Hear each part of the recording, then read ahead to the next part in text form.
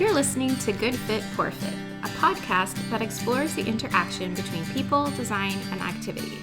Good Fit, Poor Fit is part of the Universal Design Project, a nonprofit organization with a vision for every community across the USA to have a surplus of homes and opportunities for social participation that are universally and financially accessible. Learn more at universaldesign.org.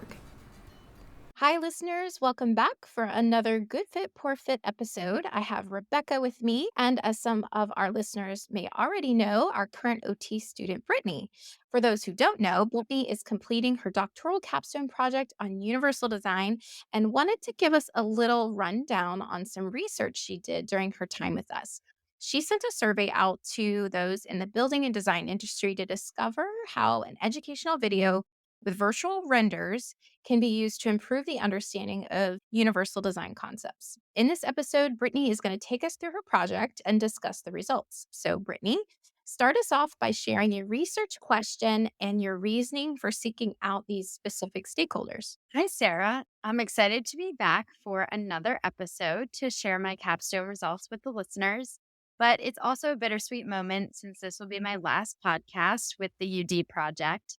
But let me not get too sappy and start with what my capstone project is all about. For my capstone, I decided to investigate how an educational video with the use of virtual renderings of a universally designed home could improve the understanding and knowledge of UD, specifically among stakeholders involved in the home design process. My research question was, does engaging in an education program for universal design with virtual renderings increase knowledge and awareness of the benefits and application of universal design in professional disciplines? With this research question, I decided to create an online educational video using virtual renderings to assist in communicating the benefits and understanding of UD. We've linked it in the show notes if you want to take a look at the video. I also decided to use contractors and architects in both the commercial and residential industry as the primary stakeholders for this project. I was interested in the perceptions of architects in regard to UD because they really have a large part in designing homes and commercial spaces and also advising their clients of various design choices. They're a profession who I believe could have a large part in advocating for UD and educating clients on the benefits of adding specific design elements into their home or space. In addition, I found contractors to be a pretty interesting profession to have as participants because they're the profession who's actually doing the building of these homes and spaces and abiding by the design plans. I believe this was another profession who was very involved in the housing industry and could benefit from increased awareness of UD to also educate clients and learn more about ways to build more functional spaces. What an awesome capstone project and question. And selfishly, for us here at the Universal Design Project, I'm thrilled that you are exploring this, especially given our recent focus on education about universal design. It's really interesting that you chose those specific professions. I do agree there are many professions you could have used for this project, and maybe in the future, more professions can be researched as well. Can you tell us a little more about your sample size and your recruiting efforts? Yeah, there are a lot of professions out there that could have been included. And I do hope in the future studies are able to look at them and see how a similar program or educational platform can increase their knowledge and ability to apply UD. But back to this study, I had a total of 10 participants, which is not a super big sample size, but it was my anticipated sample size given the nature of this project and time frame for collecting responses. I had a total of 6 architects, 3 contractors, and 1 interior designer as my participants. They were all collected through a convenience sample and through leveraging social connections. And before we get into talking about the results of the study, I want to quickly go through how this study was designed for participants' participation. As I mentioned a little bit earlier, I created a 15-minute educational video presentation that detailed information and statistics regarding UD and its benefits, why it was needed, and why an interdisciplinary approach between architects, contractors, and occupational therapists was essential to further promoting UD and having it become a part of the home design industry. So, this educational video also included a number of virtual renderings of a universally designed bathroom, as this is one of the main spaces in a home that inhibits independence and is a really big safety concern with the increased risk of falls.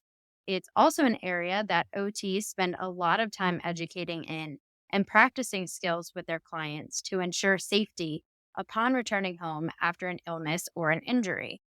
Participants were instructed to sign a consent form, complete a pre survey, watch the educational video, and then complete a post survey.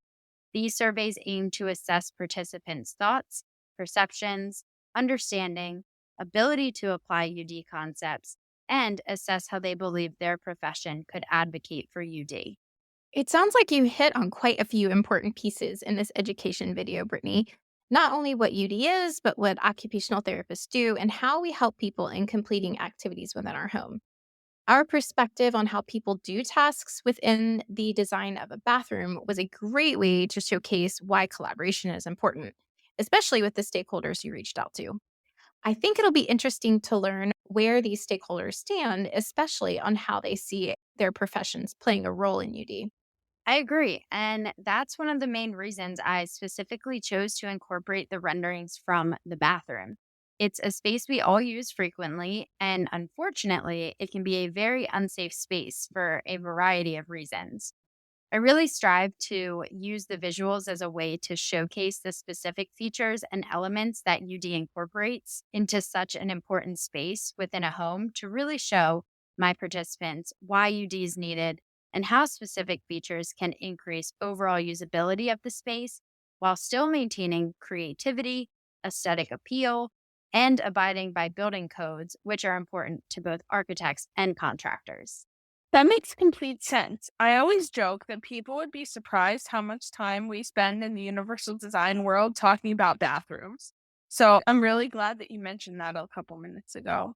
But Brittany, I'm really interested in your findings. Can you explain any answers you uncovered, or maybe even some more questions that you found that need to be asked? Of course. These were interesting findings, as the use of the virtual renderings was one of the main focuses of my project. And as many listeners know from my previous episode on virtual reality, I'm really interested in whether people believe VR can be beneficial or not. The findings showed that before participants engaged in the educational video, 9 of 10 participants believed that virtual renderings would be beneficial in communicating UD concepts. One participant, who was an architect, initially did not believe the virtual renderings would increase his or her understanding of UD concepts. However, following the educational video, when this participant was asked if the virtual renderings helped to increase his or her understanding of UD concepts, the participant's response was agree. So, this data really helps to show that following the educational video, all 10 participants believed the use of virtual renderings within the educational video were beneficial to understanding UD concepts better. Now, going to the findings related to the future use of VR and being a way to enhance the understanding of UD concepts, all 10 participants believed using VR in the future would be a beneficial way to provide more insight and understanding of UD concepts.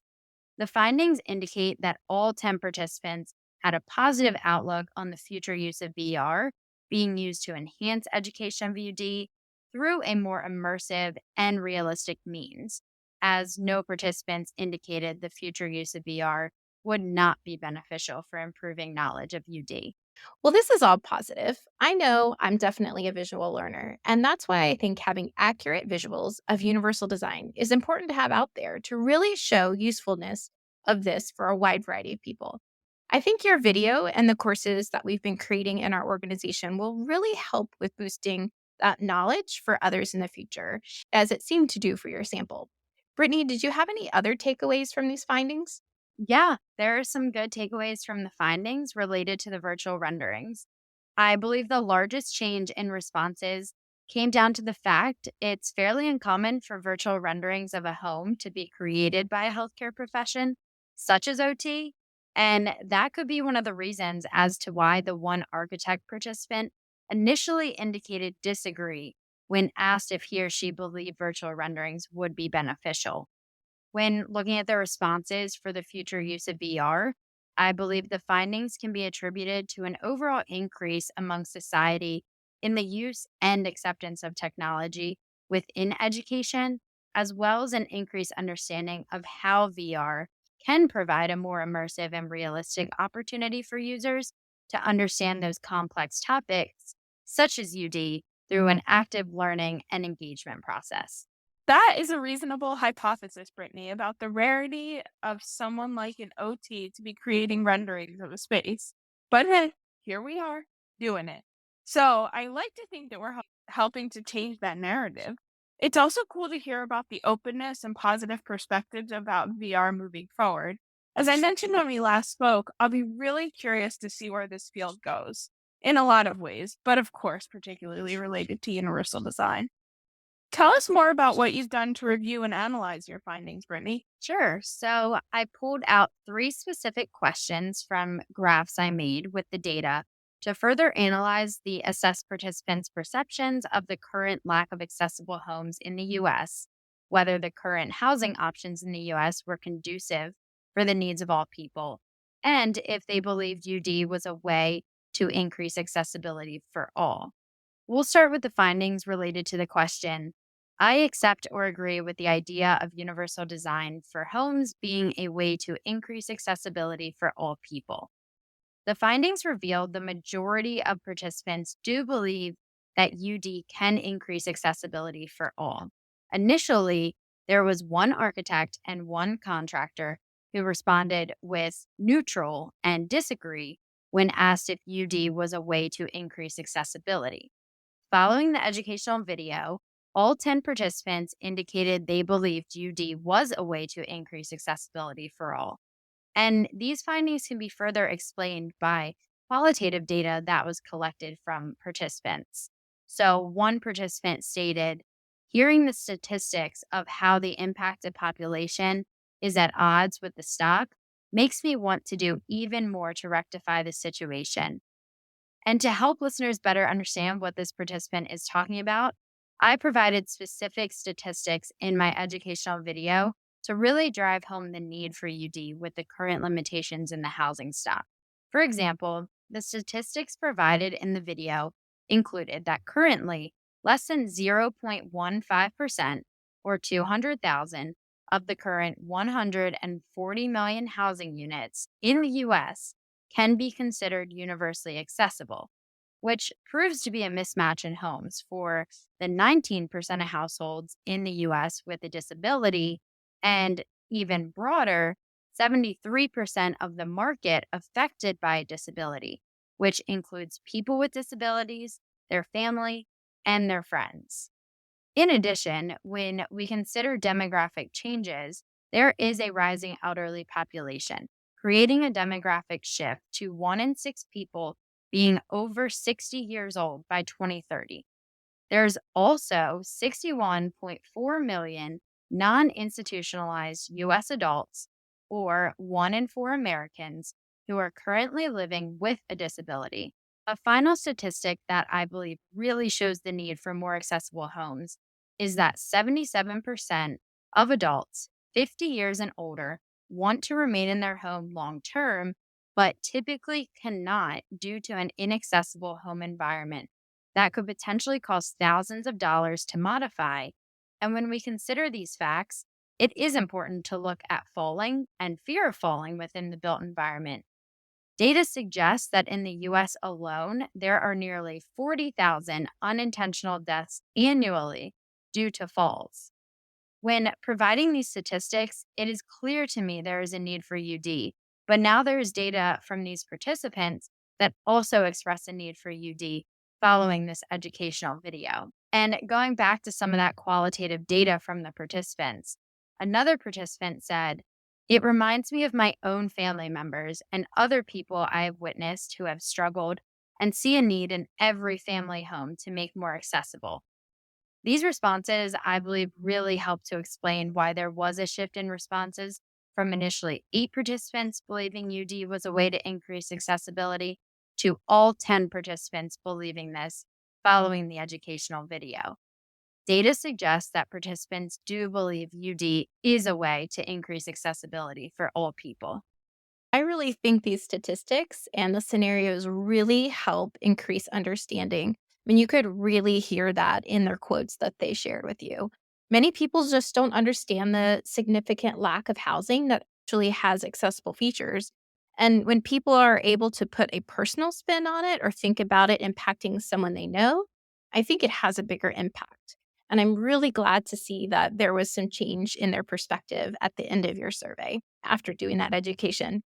So, what other questions did you ask in your survey? So, another question that I asked and further analyzed was, I believe the current housing options in the US are conducive to all individuals.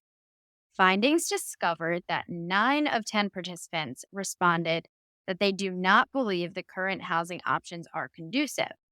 All 6 architects that were included in the study were found to believe the current housing options were not conducive. This could be further explained by an architect participant saying, I am currently a certified aging in place specialist, as well as on the board of directors for a local network group for people in geriatric care service positions. I want to encourage not only coworkers to dive further into this realm, but our contracts with builders as academia for architecture to get this on the radar sooner and more effectively. So I think this quote really shows that this profession likely receives some education and information regarding accessible design elements and does largely integrate them into designs. One of the largest changes discovered from the data came from the interior designer, who initially strongly disagreed that the current housing options were conducive, but following the educational video, indicated a neutral response. And this change in response following the educational video could possibly be explained by a qualitative response that said, my commercial designs meet ADA standards and will continue to enforce the codes required. So, this may help to explain that this particular participant may believe his or her company currently follows and meets all ADA code. So, therefore, most spaces should be considered conducive for all individuals. But overall, findings did show an increased agreement among all participants that the current housing options are not conducive for all people when comparing the data from the pre and post surveys. What an interesting finding here. To me, this demonstrates the value of interprofessional collaboration and continued education about universal and inclusive design. Because as we know, even when spaces are completely and 100% ADA compliant, that doesn't always translate to actually functional and usable by all people. And how would someone like a builder or designer with no disability experience know that? They wouldn't. So that's where we come in, I think. Tell us more of this juicy, juicy stuff, Brittany. Sure. So the final question that was pulled out from the graphs was, I believe there is a current lack of accessible homes in the US. So the findings discovered 9 of 10 participants believed there is a current lack of accessible homes following the educational video. However, the one participant who did not believe there is a current lack of accessible homes came from a contractor's response who reported disagree in the post survey. When comparing responses between the 3 professions, contractor was the only one to report a response that was less than agree in the post survey. However, it is important to note that only one contractor indicated he or she did not believe there is a current lack of accessible homes. Following the educational video, this contractor's response could potentially be explained by a lack of defining what accessible means within the educational video, as different people can attribute different meaning to the word. This participant did say, we currently install and or renovate commercial spaces and ADA spaces, which could also attribute to why this participant responded with disagree in the post survey when asked whether he or she believed there is a current lack of accessible homes in the US. So, this participant may also believe there's not a lack of accessible homes because contractors alike are making renovations and modifications to spaces as needed for individuals, thus, believing there may not be a lack of accessible homes. Overall, the findings did discover a vast majority of participants do believe there's a current lack in accessible homes. This finding can be further explained by one participant who said, I never thought about how hard it is for individuals with disabilities to visit a home without any accessible components. That makes me understand why UD is so important. It's the findings from this question that suggest that following the educational video, there was an overall increase in the number of participants who believe there is a current lack of accessible homes within the US. Again, some positive findings coming out of your participants, Brittany. I am glad to hear some interesting takeaways of professionals not having thought about visiting other people's homes. And accessibility is broader than just the homes that people currently live in. But you are right when you're talking about people's definitions of these words. I know when we talk about universal accessibility in our organization, we feel that it is successfully done when it's implemented in the entire home. However, some people put that wording on homes that only have a few accessible features, and that's not helping people in our communities live more functional lives in their homes. Brittany, do you have any other takeaways from this research that you'd like to share with our listeners? Yeah, and I think there are so many different definitions out there for what accessible, universal, or functional really means. And this can cause a lot of confusion. And you're right. Some people might believe that by incorporating a few features, the home or space is now accessible, which unfortunately isn't necessarily true. So I do think one big takeaway when educating anyone is being sure to define those terms in the way you want your audience to associate them in the future. In addition, we can see that overall, through providing education on this topic, more people are able to become educated and aware of UD and how it can be beneficial in a multitude of ways for all people. That being said, something really important to consider, aside from the study's results, is what's next and where do we go from here? We as OTs are able to continue educating on this topic and incorporating visuals as a way to enhance understanding, to promote and advocate for more accessible and functional built environments. We're equipped with the skills and knowledge to educate and train individuals on ways to remain living in their home safely, as well as the ability to recommend equipment to promote independence for as long as possible. While we have this clinical knowledge, we must continue pushing our knowledge out to other professions, specifically those involved in the home design industry.